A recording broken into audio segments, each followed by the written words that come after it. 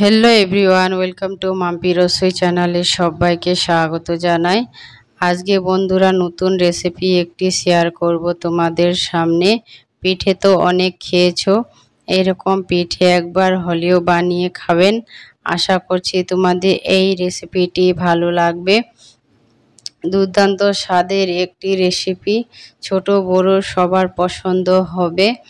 যে মুচমুচে কুরকুরে, অনেক সুন্দর খেতে। ভিডিওটা না টেনে সম্পূর্ণ দেখতে থাকো কি কি উপকরণ দিয়ে এই ভিডিওটি আমি বানাই। এখানে আমি একটা বাউল নিয়েছি বন্ধুরা, তাহলে একটা ডিম দিয়ে এই রেসিপিটি বানাবো। পরিমাণ মতো চিনি দিয়েছি, স্বাদ মতো নুন দিয়ে, সাদা তেল 1 চামচের মতো দিয়ে এটাকে ভালোভাবে ফেটে নেব। এটাকে ভালোভাবে ফেটে নিতে হবে, চিনিটা যেন ভালোভাবে গলে যায়, এই জন্য ভালোভাবে ফেটে নিতে হবে। এই পর্যায়ে আমি 2 কাপ দিয়ে দেব ময়দা। চাইলে তোমরা এখানে আটাও ইউজ করতে পারো। এখানে আমি হাত দিয়ে ভালোভাবে একটা সফট ডো করে নিয়েছি।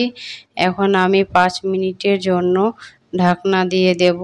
5 মিনিট পরে আবারও ফিরে এসে দেখছি সব হয়ে গেছে। ডোটা আবারও ভালোভাবে মুথে নিচ্ছি। এখন আমি ছোট ছোট করে লিচি করে নিচ্ছি। লিচিটি ভালোভাবে সব কটাকে ভালোভাবে লিচি করে নেব। এই রেসিপিটি অনেক সুন্দর হয়েছিল বন্ধুরা, আশা করছি এই ভিডিওটি ভালো লাগবে। এখন আমি বেলে নেব।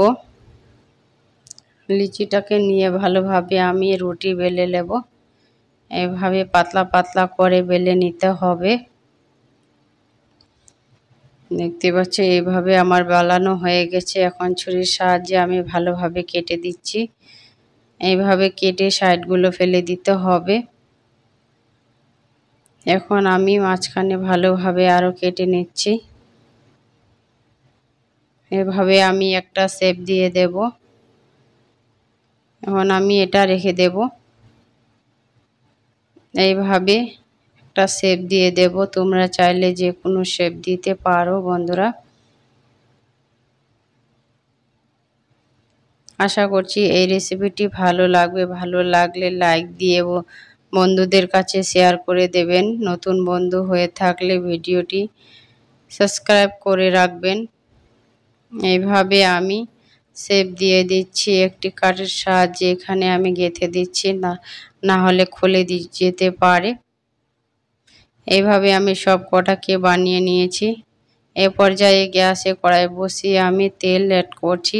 তেলটাকে 2 মিনিট গরম করে এ পর্যায়ে আমি পিঠেগুলোকে দিয়ে দেব।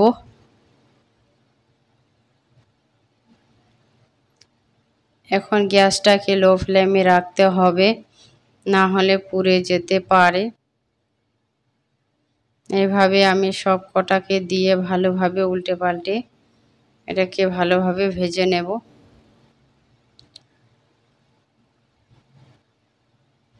অনেক সুন্দর একটি রেসিপি, ছোট বড় সবার পছন্দ হবে। এই রেসিপিটি কি পরিমাণের মজা, আমি তো ভাজতে ভাজতে কিছু খেয়ে নিয়েছি। এই রেসিপিটি সবার ভালো লাগবে।